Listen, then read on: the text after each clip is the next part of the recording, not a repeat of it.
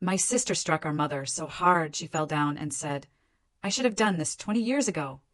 I still hear the echo of that slap. That crack that ripped through our Thanksgiving dinner, freezing 14 family members in their tracks as my mother crumpled to the floor, her hand still raised and shaking. What the hell happened next shattered everything we thought we knew about our family. It was Thanksgiving, a day meant for gratitude, but the only thing filling the air was a deafening silence. My sister, Grace, stood over our mother, her hand still up, her voice a raw rasp I'd never heard. "Get up." Mom stayed on the floor, crying. But even in that moment of absolute shock, something felt off, like she was performing. "Grace, what the hell?" Our brother, James, was out of his chair in a flash, knocking over his wine glass, but Grace didn't even look at him. Her eyes were locked on Mom. "Tell them what you just told me in the kitchen. Tell them right now." Mom tried to crawl away, whimpering, but Grace grabbed her arm. Not violently, just firm enough to stop her. "Tell them, or I will." That's when I noticed. Kevin, Grace's husband, wasn't at the table. He'd been carving the turkey just 20 minutes ago. "Where's Kevin?" I asked. Grace's face crumpled for a split second, a raw flash of pain, before hardening again.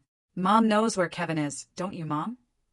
Aunt Linda started to intervene, reaching for Grace, but our cousin Tony, a paramedic who had this eerie way of reading situations, stopped her. "Wait, let her talk." Finally, Mom sat up, wiping her face.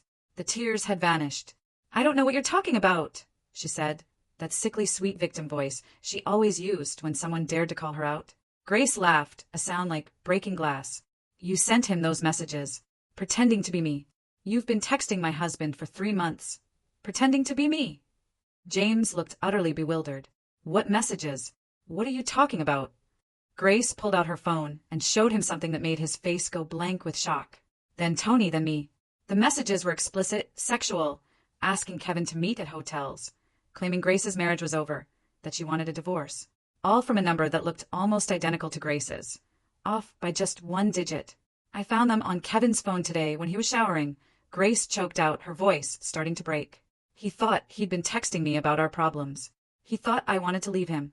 He's been sleeping in his car for a week because these messages told him not to come home." Mom stood up, brushing off her dress. "That's ridiculous. I don't even know how to do that technical stuff." But Grace had more.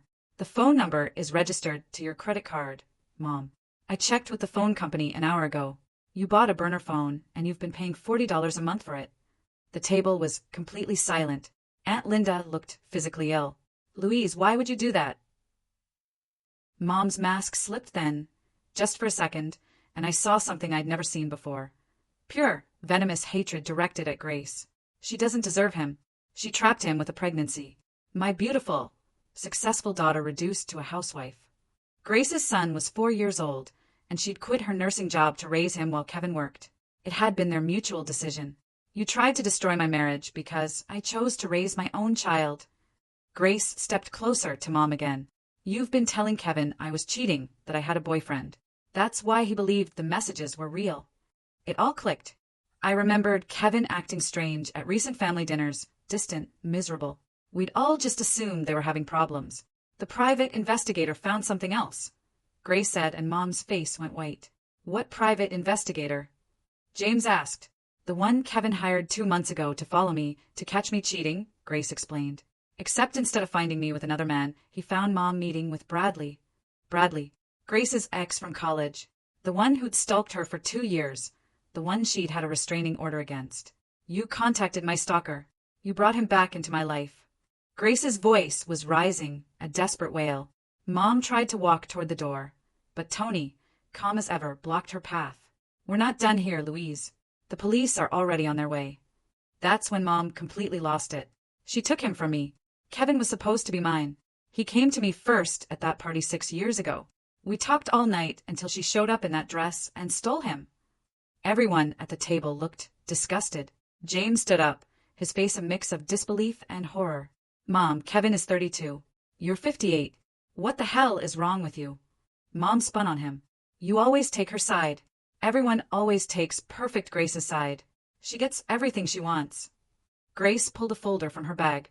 The private investigator found more. Her hands were shaking as she spread more papers across the table, right next to the untouched turkey. I leaned closer and saw photos, color prints on regular paper.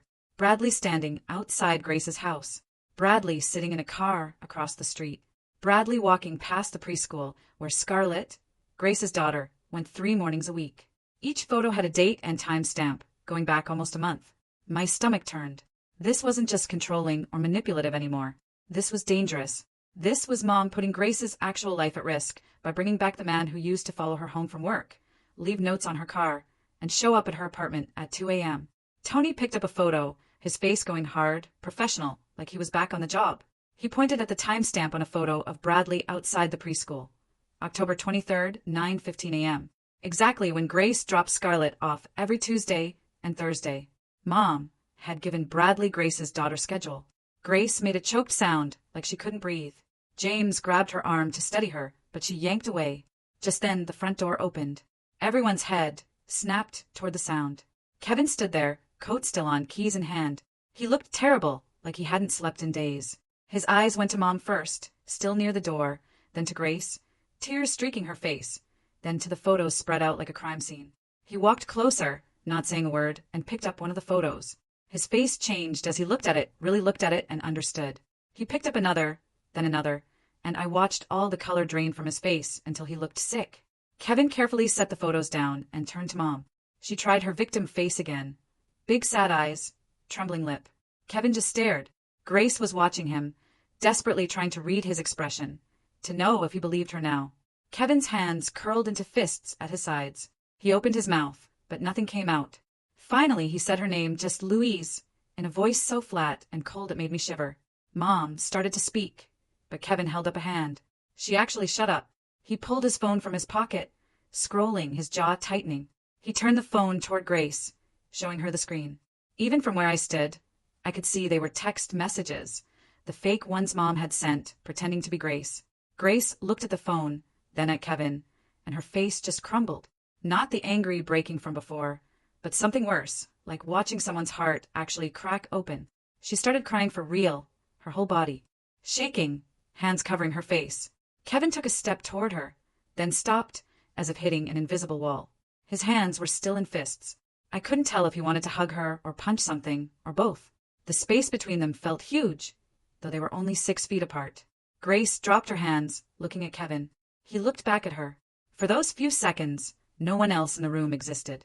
I could see everything they weren't saying written all over their faces. Her asking if he believed her now.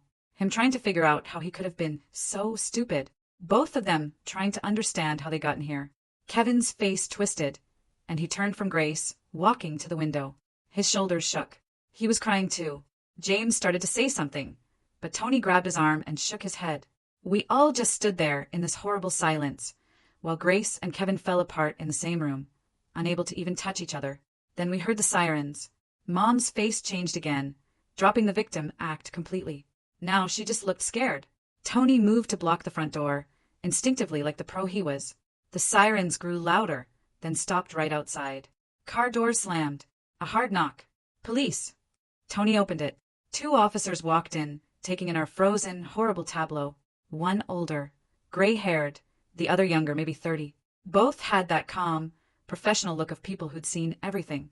The older officer asked who called. Tony said he did. The officer looked at Mom, still near the door, then at Grace, crying by the table, then at the photos spread out like evidence. He asked us to move to separate rooms for statements. The younger officer started directing people. I ended up in the kitchen with Tony. Through the doorway, I could see Mom in the living room, perched stiffly on the couch. Her victim face was back, full force. She pulled a tissue from her purse, dabbing at her dry eyes. It was a performance, just like the crying on the floor. The older officer sat across from her, notebook open, asking questions. I couldn't hear, but I could see Mom's mouth moving in that sweet, innocent way, probably telling them Grace was unstable or making up lies. The officer's face stayed neutral. In the kitchen, Tony sat with his arms crossed. The younger officer introduced himself, asked me to tell him what happened. I started from the beginning. Grace hitting Mom, the sound, everyone freezing. I told him about the fake messages, the burner phone, Bradley, the photos. He wrote everything down, asked specific questions about times and dates. He asked if I'd seen the messages myself, and I said yes. He asked if I knew Bradley. I explained the stalking, the restraining order. When I mentioned that, his eyebrows shot up. He wrote something down with more pressure on the pen. He asked where the photos were. I pointed to the dining room. He came back, studying timestamps. He asked if the restraining order was still active. I said I thought so, but Grace would know. He thanked me and went to talk to his partner. I watched them confer in low voices. Mom sat on the couch, still dabbing her dry eyes. The older officer's expression shifted as his partner showed him the photos. They both looked at Mom, and her face flickered for a second before snapping back to victim mode. They asked her something and she shook her head. Something else. And she started crying harder, shoulders shaking. But I'd seen her reel, crying earlier. This wasn't it. This was acting. The officers seemed to see it too. Their faces remained professional, unmoved. After what felt like hours, but was probably 45 minutes, the officers finished. They gathered us in the living room. The older officer said they were investigating allegations of stalking, harassment, and identity theft. They'd need the phone records and photos as evidence. He looked at Mom. They'd be in touch. She should expect to hear from the district attorney's office. Mom's victim face finally cracked. She stood up fast, shouting that this was ridiculous. Her children were ganging up on her. She'd done nothing wrong. The officer just looked at her, flat expression, and said she might want to contact a lawyer. Mom started toward the door, but the younger officer politely blocked her. She needed to stay. She sat back down hard, her hands shaking, not sadly but with anger. The officers took photos of the evidence, put the papers in plastic bags. They took Grace's statement last. I could hear her voice shaking as she told them everything. When they were done, they told everyone they could leave, but to stay available for follow-up questions. The older officer pulled Grace aside, gave her a card for victim services. He said she should call them first thing in the morning, ensure the restraining order against Bradley was valid, or get a new one immediately. He said the photos showed clear evidence of stalking, and they'd be picking Bradley up for questioning. Grace nodded, her hands shaking so hard she almost dropped the card. The officers left. The house was too quiet. People gathered their coats, leaving without much talk. Nobody knew what to say. Aunt Linda hugged Grace hard, whispering something. Tony squeezed my shoulder. James stood by the door, looking lost, like he didn't know whose side he was supposed to be on anymore. Mom tried to leave too, but Grace blocked her. Grace's voice was steady now, no longer crying. She told Mom she needed to leave and never contact her again. If Mom came near her house, her daughter, or her husband, Grace would call the police. Mom tried to argue, but Grace just turned her back and walked away. Dad, for the first time all night, spoke up. He told Mom they should go. They left through the front door. I watched through the window as they got in the car.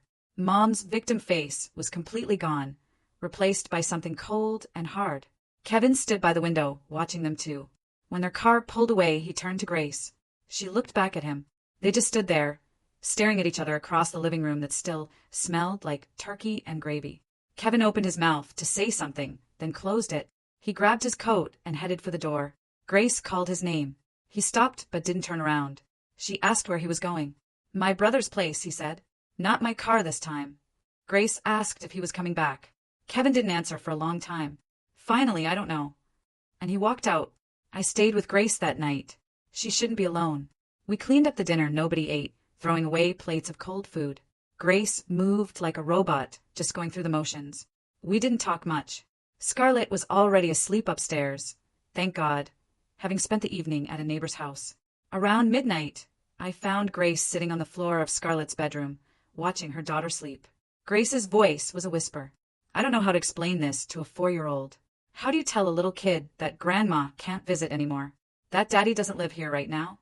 That the family she knew just exploded into pieces? I sat down next to her. We stayed there until almost 2 a.m., just watching Scarlett breathe. 2 days later, my phone rang. A number I didn't recognize. I almost didn't answer, but something made me pick up. This is Thea Wallace, a woman's voice said, the private investigator.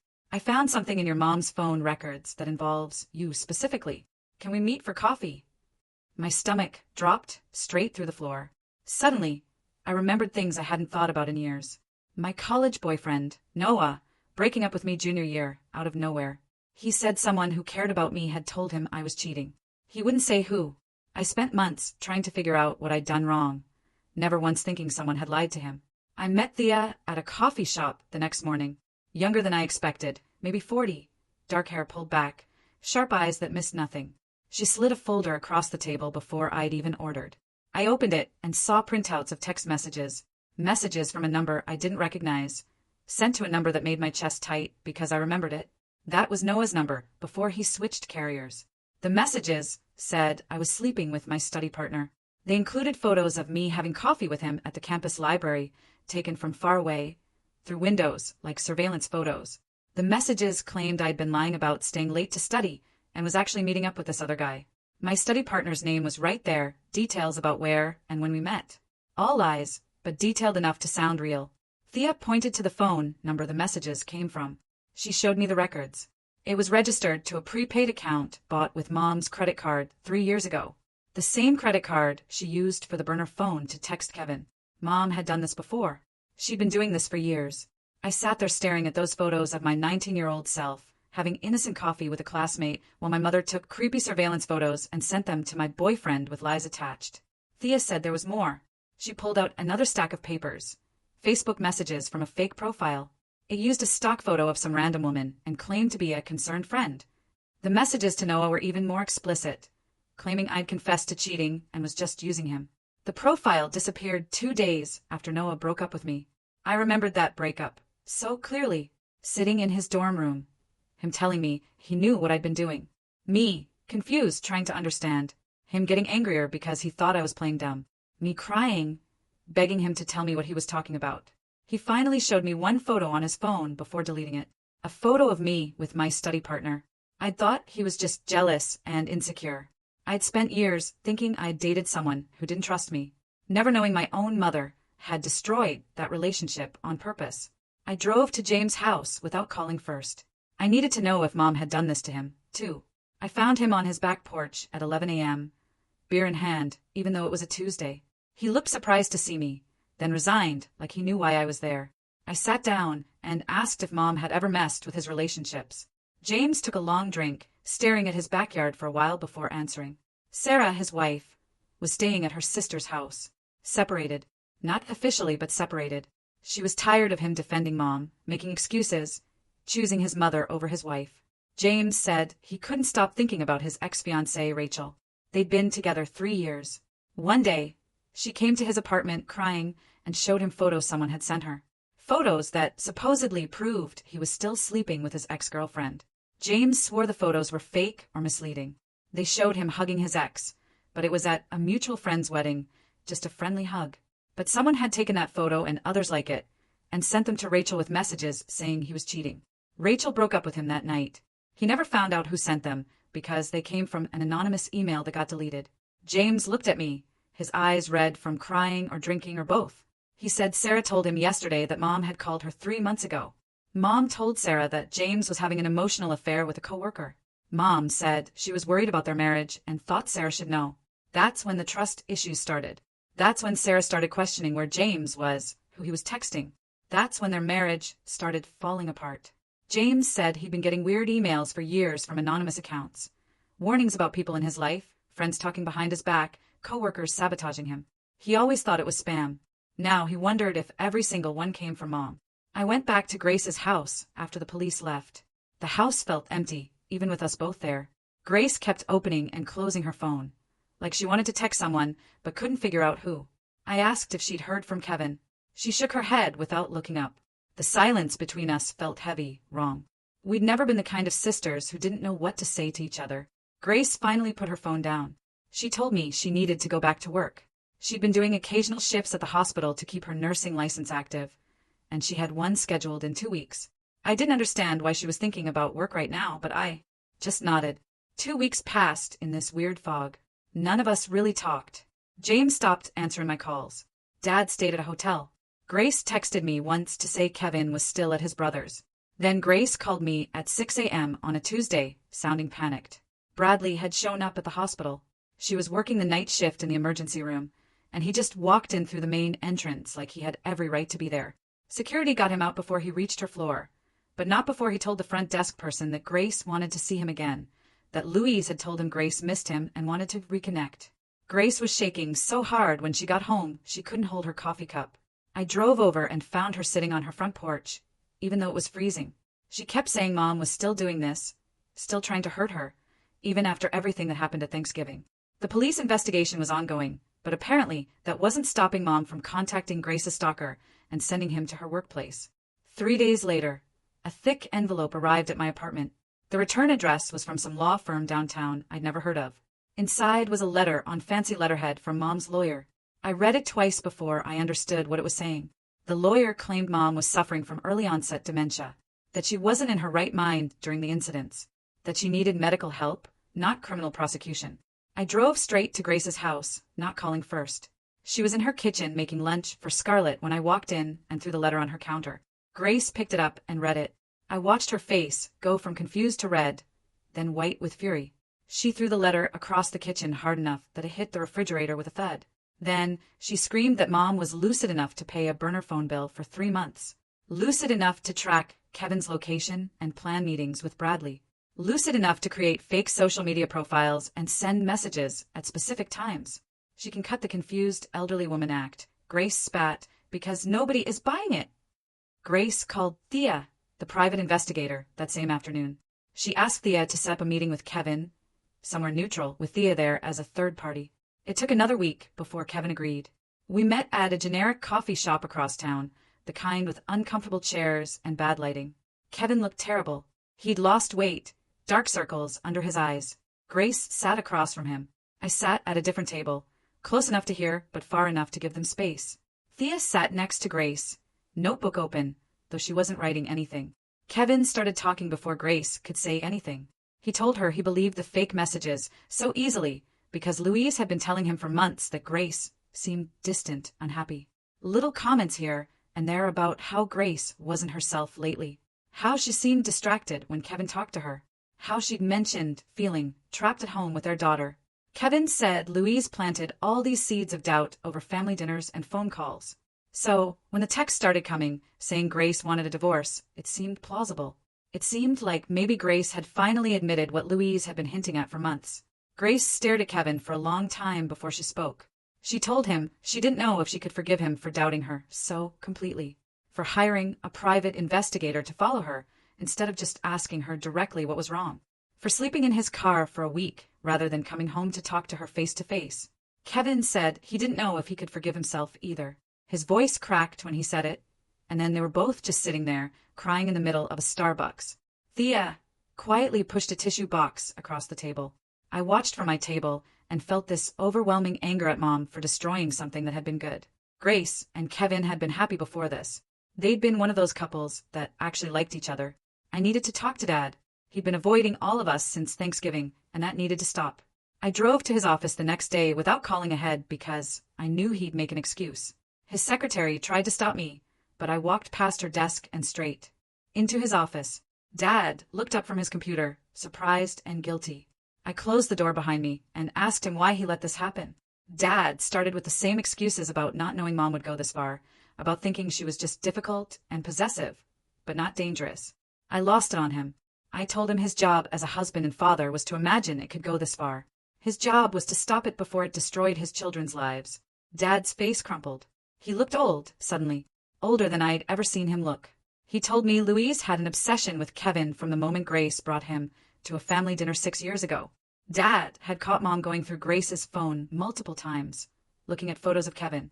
He'd found her texting Kevin directly under the pretense of planning family events, but the messages were too friendly, too personal. Dad convinced himself it was harmless maternal concern, rather than the dangerous thing it actually was. He said he was realizing now that his silence made him part of everything that followed. He'd chosen to look away instead of protecting his daughter, and now he had to live with that choice. The next family gathering happened at James' house a week later. It was supposed to be just a casual dinner, but nobody felt casual about anything anymore. I was helping clean up in the kitchen when our aunt pulled me aside. She wanted to talk somewhere private, so we went out to James' garage. She told me she'd warned Dad years ago that Louise's behavior toward Grace's boyfriends was wrong and controlling. She described things from when Grace was in high school. Times when Mom would flirt with Grace's dates or find reasons they weren't good enough. How Mom would dress younger when Grace brought boys home. How she'd position herself between Grace and whatever guy she was seeing. I felt sick listening to it. This pattern had been going on for decades, and everyone just accepted it as Louise being Louise. Nobody stopped her. Nobody protected Grace from her own mother. The prosecutor called Grace about a month after Thanksgiving. I was at her house when her phone rang, and I watched her face change as she listened. The prosecutor explained they were charging Louise with stalking, harassment, and identity theft. The penalties could include jail time, but more likely probation, given her age and clean record. Grace thanked the prosecutor and hung up. She told me later she didn't even care about punishment anymore. She just wanted Mom to stay away from her family forever. She wanted to know her daughter was safe and that Mom couldn't reach Kevin or manipulate any of them again. Kevin moved back home on a trial basis after they'd been apart for a month. Grace told me he was sleeping in the guest room while they tried to figure out if their marriage could survive this. Their daughter asked why Daddy was sleeping in the wrong room now. Grace had to explain, in 4-year-old terms, that sometimes grown-ups need space to fix their feelings. That Daddy still loved her, but Mommy and Daddy needed time to remember how to trust each other. I came over for dinner one night and watched them move around each other carefully, like they were afraid of breaking something fragile. James showed up at my apartment at 2 a.m. about 6 weeks after Thanksgiving. He was drunk, crying, could barely stand. I let him in, made him sit on my couch while I got him water. He told me Sarah had filed for separation that afternoon. She'd found out he'd been in contact with Louise through secret email accounts. James said he didn't know why he couldn't just cut Mom off completely.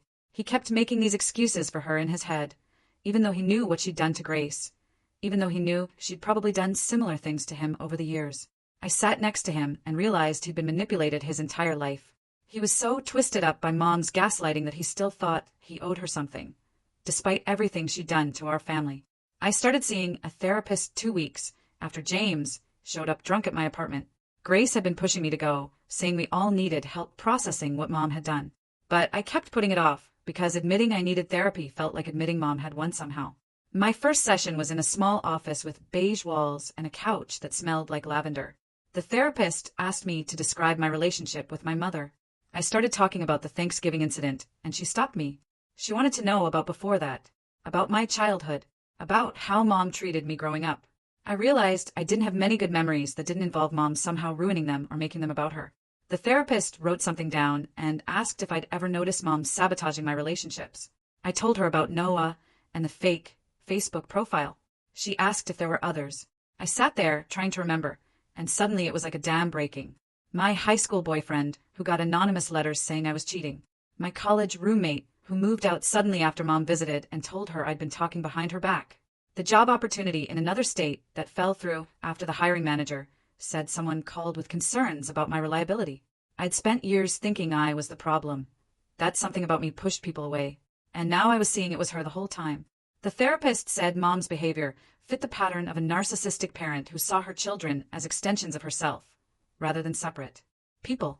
She explained that when I started forming my own relationships and identity, Mom felt threatened and worked to isolate me so I'd stay dependent on her. I cried for the first time since Thanksgiving.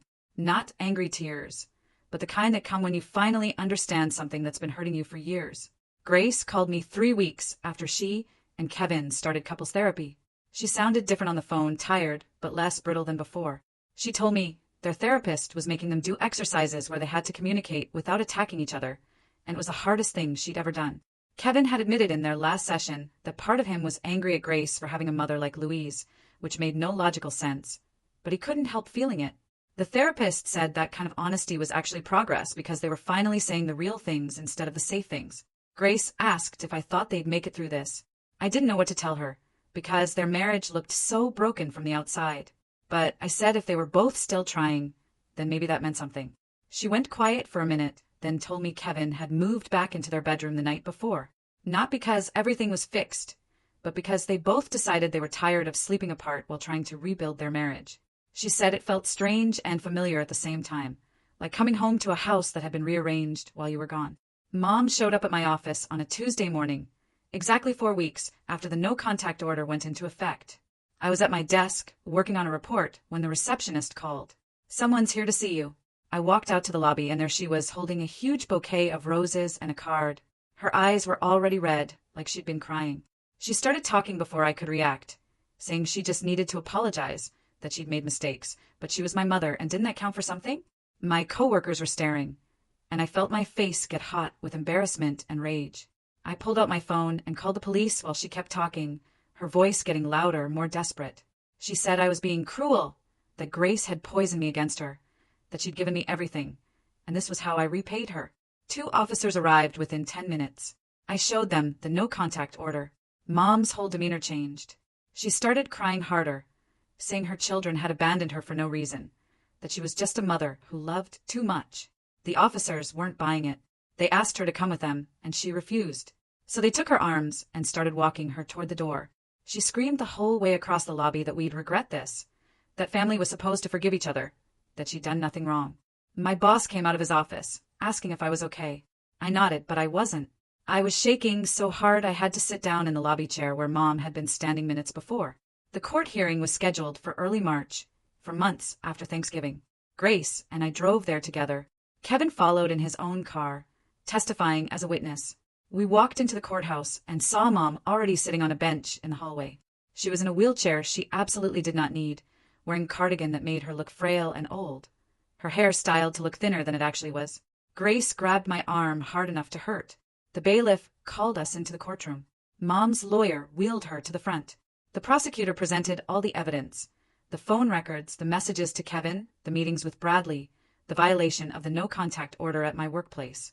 Mom's lawyer argued she was suffering from early dementia and wasn't responsible for her actions. The judge looked at Mom and asked her directly if she understood why she was there. Mom said yes in a small voice and explained she'd just been trying to protect her daughter from a bad marriage.